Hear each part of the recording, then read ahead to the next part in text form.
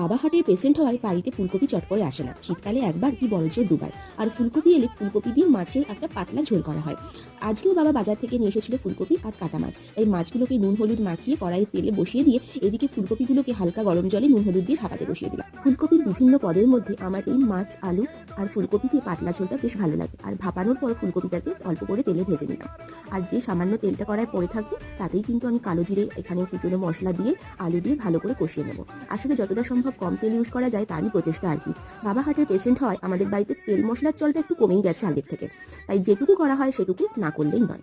মোটামুটি আলু অল্প স্বল্প ভাজা হয়ে যাওয়ায় এখানে ফুলকপিটা দিয়ে গরম জল দিয়ে বসিয়ে দিলাম কিছুক্ষণ ফুটতে দেওয়ার জন্য। তারপর যেই ফুটে গেল তাতে অল্প জিরে গুঁড়ো, অল্প কাশ্মীরি লঙ্কার গুঁড়ো দিয়ে ভাজা মাছটা দিয়ে চাপা দিয়ে দেবো। কেন একটু মাছের ফ্লেভারটা না হলে যেন ঝোলটা ঠিক ভালো লাগে না। দেখো ঝোলটা ফুটে গেছে, এর উপর আমি একটু ধনেপাতা কুচি দিয়ে দিলাম। ব্যাস রান্না কমপ্লিট। এবার গরম গরম ভাতের সাথে পরিবেশন করার পালা। বাড়িতে আরও একটা তরকারি